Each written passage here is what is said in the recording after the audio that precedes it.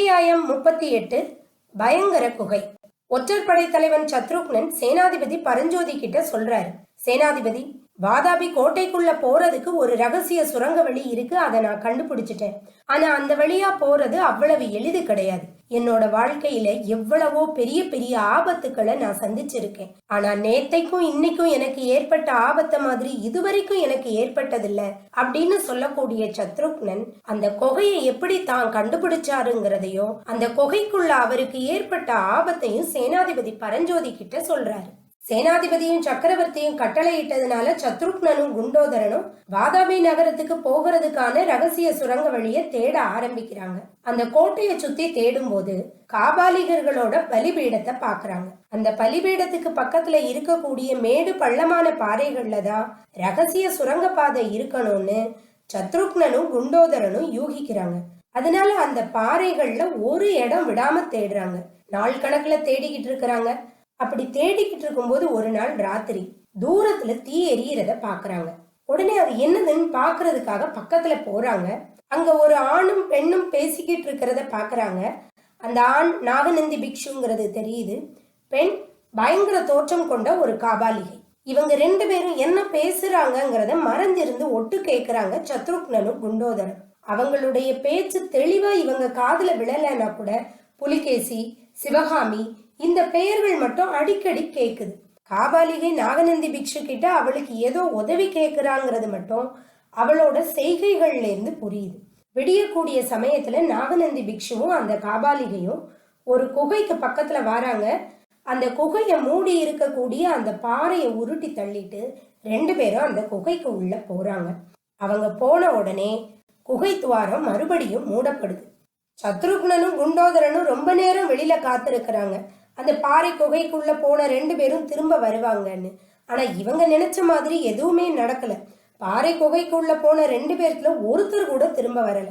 உடனே இவங்க ரெண்டு பேரும் நினைக்கிறாங்க, சரி நாமளும் அந்த பாறையை தள்ளி வச்சுட்டு அந்த பாறை குகைக்கு உள்ள போயிருவோம்னு நினைச்சிட்டு அவங்க இருந்த இடத்த விட்டு ஒரு அடி எடுத்து வச்சிருக்கிறாங்க. ஆனா அந்த பாறை அசைக்கப்படுறதை இவங்க பார்த்துட்டாங்க.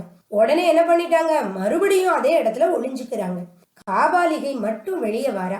அந்த காபாலிகை குகையை விட்டு வெளியே போனதுக்கு அப்புறம் இவங்க ரெண்டு பேரும் குகைக்குள்ள போகலான்னு முடிவெடுக்கிறாங்க. ஆனா காபாலிகை அந்த குகை துவாரத்தை விட்டு அசையவே இல்லை. சாயங்கால நேரம் அந்த காபாலிகை அந்த குகை துவாரத்தை விட்டு கொஞ்சம் தூரம் போறா. அவ கொஞ்ச தூரம் போறத பார்த்ததுக்கு அப்புறம் சத்ருக்னனும் குண்டோதரனும் அந்த குகை வாசலுக்கு வந்து குண்டோதரனை வெளியே நிப்பாட்டிட்டு சத்ருக்னன் மட்டும் அந்த குகைக்குள்ள போறாப்ல. பா, அந்த குகையோட பயங்கரத்தை நினைச்சா இனிமேல் வாழ்நாள் முழுக்க ராத்திரி நம்ம தூங்கவே மாட்டோங்கிற மாதிரி இருக்கு. மனிதர்களோட மண்டை ஓடுகளும் எலும்புகளும் அங்கங்க குவிஞ்சு கிடக்கு. நாத்தமோ சகிக்க முடியல. ஒரே இருட்டா இருக்கிறதுனால சுரங்க வழி இருக்கா இல்லையான்னு கண்டுபிடிக்க கூட முடியல. திடீர்னு கொஞ்சமா தெரிஞ்ச அந்த வெளிச்சமும் மறைஞ்சு போச்சு. சத்ருக்னன் அவன் வந்த வழி எங்க இருக்குன்னு தேடி பாக்குறான். அந்த குகையோட துவாரத்தை அவனால கண்டுபிடிக்கவே முடியல. வெளியில இருந்து காபாலிகை தான் இந்த துவாரத்தை அடைச்சிட்டாங்கிறத சத்ருக்னன் யூகிச்சதுமே அவனுக்கு ரொம்ப பயம் ஏற்பட ஆரம்பிச்சிருச்சு. மண்டை ஓடுகளும் எலும்புகளும் கும்மிருட்டும் துர்நாற்றமும் நிறைஞ்ச அந்த பயங்கர குகைக்குள்ள அவன் எவ்வளவு நேரம் இருந்தானோ அவனுக்கு தெரியல. எவ்வளவு முயற்சி செய்தும் அந்த துவாரம் இருந்த இடத்த அவனால கண்டே பிடிக்க முடியல. குகைக்குள்ள இருக்கக்கூடிய சத்ருக்னனுக்கு நேரமே போக மாட்டேங்குது. யுக யுகமா அந்த குகைக்குள்ள இருக்கிற மாதிரி இருக்கு. நாத்தமும் இருட்டும் அங்க இருக்கிறதுக்கே பயமா இருக்கு. என்ன செய்யன்னு தெரியாம அங்கேயும் இங்கேயும் அலைஞ்சுக்கிட்டே இருக்கிறாப்ல. திடீர்னு கொஞ்சமா வெளிச்சம் வருது. இத பார்த்த உடனே சத்ருக்னன் குகையினுடைய ஓரத்துல போய் நிக்கிறாப்ல. காபாலிகை தான் வாரா. அவளோட கையில மண்டவோடும் கொஞ்சம் எலும்புகளும் இருக்கு. அந்த ரெண்டையும் அந்த குகையில ஒரு இடத்துல தனியா பத்திரப்படுத்தி வச்சுட்டு அதுக்கப்புறம் அவ அந்த குகையோட நடுப்பகுதியில உட்காந்து ஒரு பாறாங்கல்ல நகட்டுறான். நகட்டிட்டு அந்த பாறாங்கல் நகட்டினா இல்லையா, அந்த இடத்து வழியா அந்த காபாலிகை கீழே இறங்குறான். உடனே சத்ருக்னனுக்கு புரிஞ்சிருது, சரி இதுதான் ரகசிய சுரங்க பாதை. நல்ல வேளை இந்த நாத்தத்துக்குள்ளேயும் இந்த இருட்டுக்குள்ளேயும் சாப்பிடாம கொள்ளாம இருந்ததுலயும் ஒரு பயன் இருக்கு அப்படின்னு நினைக்கிறாப்ல. சரி, இந்த காபாலிகை இறங்கின சுரங்க பாதையை போய் பார்ப்போம்னு சத்ருக்னன் நினைக்கதான் செய்தான்.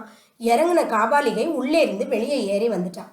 வெளியே ஏறி வர்ற காபாலிகை அந்த சுரங்க வாயை மறுபடியும் பாறாங்கல்லால மூடி வச்சுட்டு அது மேலேயே படுத்துட்டு தன்னால புலம்ப ஆரம்பிக்கா. காபாலிகையோட புலம்பல்ல இருந்து ஒரு சில முக்கியமான விஷயங்களை சத்ருக்னன் தெரிஞ்சுக்கிறாப்ல. அது என்னன்னா, அந்த காபாலிகை நாகநந்திங்கிற புத்த பிக்ஷுவை காதலிச்சானோ, அதன் காரணமாக சிவகாமிய துவேஷிச்சானோ, புலிகேசி இறந்துட்டானோ, அவனுடைய எலும்பையும் கபாலத்தையும் தான் கொஞ்ச நேரத்துக்கு முன்னால பத்திரப்படுத்தினானோ, நாகநந்தி பிக்ஷு புலிகேசி மாதிரி வேஷம் போட்டு நடிச்சு வாதாபி சக்கரவர்த்தியாகி சிவகாமிய சக்கரவர்த்தினியாக்க விரும்புகிறார்னோ, அதை தடுக்கிறதுக்கு இந்த காபாலிகை கங்கணம் கட்டிக்கிட்டு இருக்கிறான்னு சத்ருக்னனுக்கு புரியுது. இதையெல்லாம் புலம்பிட்டு அந்த காபாலிகை மௌனமாயிட்டா. உடனே சத்ருக்னன் என்ன நினைக்கிறாப்ல, அவ தூங்கிட்டான்னு நினைச்சிட்டு சத்ருக்னன் மெதுவா அந்த குகையை விட்டு வெளியேறி கீழே குதிக்க கூடிய நேரத்துல யாரோ குகைக்குள்ள இருந்து அவரோட கையை பிடிச்சு இழுக்கிறாங்க. சத்ருக்னன் பதறி போய் உள்ள பாக்காப்ல காபாலிகை குகையோட உள்பக்கத்துல நின்னுகிட்டு சத்ருக்னனோட கைய பிடிச்சுக்கிட்டு அவரை பார்த்து பயங்கரமா உருமிக்கிட்டு இருக்கா. சத்ருக்னனோட சப்த நாடியும் ஒடுங்குது. யாத்தே செத்தே நானு, இனிமேல் நானும் இந்த குகைக்குள்ள அந்த மண்டவோடும் எலும்பும் மாதிரி தான் கிடக்க போறேன் அப்படின்னு நினைக்கிறாரு சத்ருக்னன். ஆனாலும் உயிரை காப்பாத்திக்கிறதுக்காக அவகிட்ட இருந்து தப்பிக்கிறதுக்கு முயற்சி பண்றாரு. ஆனாலும் காபாலிகையோட பிடி இரும்பு பிடியாதான் இருக்கு. சத்ருக்னனால அவகிட்ட இருந்து வெளிவர முடியல. அந்த நேரம் பார்த்து காபாலிகை லம்போதரா லம்போதரான்னு யாரையோ கூப்பிடுறா. இதோ வந்துட்டேன் தாயே அப்படின்னு அங்கிருந்து சத்தம் கேக்கு. வந்தது யாருன்னு பார்த்தா நம்ம குண்டோதரன். குண்டோதரனை பார்த்த சத்ருக்னன் திகைச்சு போய் நிக்கிறாப்ல. குண்டோதரனை பார்த்து காபாலிகை சொல்றா, லம்போதரா, இந்த திருட்டு ஒற்றனை கொஞ்ச நேரம் பிடிச்சுக்கோ, நான் போய் கத்தியை எடுத்துட்டு வரேன், விட்டுற மாட்டியே அப்படின்னு கேட்கா. ஒரு நாளும் விட மாட்டேம்மா, இவனை முதல்ல நானே பலி கொடுக்கறேன் அப்படின்னு சொல்லிட்டு சத்ருக்னனோட கைய கெட்டியா பிடிச்சுக்கிறான் குண்டோதரன். காபாலிகை கத்தியை எடுக்க உள்ள போறா. குண்டோதரன் சத்ருக்னனோட கைப்பிடிய தளர்த்துறாப்ல. சத்ருக்னன் ஓடுறாப்ல. உடனே குண்டோதரன் சத்தம் போடுறான், ஐயோ என் பிடியிலிருந்து தப்பிச்சுட்டு ஓடுறானேன்னு சொல்லிட்டு சத்ருக்னனை தொடர்ந்து ஓடி வராப்ல. கொஞ்சம் தூரம் தள்ளி ஒரு பாறையோட மறைவுக்கு பக்கத்துல வந்த உடனே குண்டோதரன் நின்னு, குருவே, உங்களோட நிலைமை என்னன்னு பாக்குறதுக்காகத்தான் நான் வந்தேன். இந்த காபாலிகையின் சிஷ்ய பிள்ளையா மாறி இருக்கேன். என்னை பத்தி நீங்க கவலைப்பட வேண்டாம். நான் இங்க இருந்து இவளை சமாளிச்சுக்கிறேன். நீங்க சீக்கிரம் போங்க. கோட்டை தாக்குதல் ஆரம்பமாயிருச்சுன்னு நினைக்கிறேன் அப்படின்னு சொல்றான். குண்டோதரா, குகைக்குள்ள சுரங்க வழி இருக்கு. நான் போய் சேனாதிபதி கிட்ட சொல்லி ஆட்களோட வரேன். அது வரைக்கும் நீ இந்த ராட்சசியை எப்படியாவது சமாளிச்சுக்கோ. அவளை சுரங்க வழியில மட்டும் விட்டுறாத அப்படின்னு சொல்லிட்டு சத்ருக்னன் சேனாதிபதியை தேடி ஓடி வராப்ல. அபாயத்தில இருந்து தப்பிச்சு வந்திருக்கிற சத்ருக்னனை பார்த்து திகைச்சு போய் நிக்கிறாரு நம்ம சேனாதிபதி பரஞ்சோதி. அதுக்கப்புறம் சத்ருக்னன் கிட்ட சொல்றாரு, சத்ருக்னா, ரொம்பவும் அவசரமான சமயத்துல இப்படிப்பட்ட ஒரு முக்கியமான செய்தியை கொண்டு வந்திருக்க. நல்ல யோசிக்கிறதுக்கு கூட நம்மளுக்கு நேரம் இல்ல. கோட்டை தாக்குதல் ஆரம்பமாயாச்சு. நாளைக்கு பொழுது விடுகிறதுக்குள்ள கோட்டைக்கு உள்ள நம்ம போயிருவோம். சத்ருக்னா, நீ 100 வீரர்களோட காபாலிகையின் குகை வாசலுக்கு போ. சுரங்க வழி மூலமா யாருமே வெளியில தப்பிச்சு போகாத மாதிரி பாத்துக்கோங்க. முடிஞ்சா நீயும் குண்டோதரனும் சுரங்க வழியா கோட்டைக்குள்ள வந்து சேருங்க.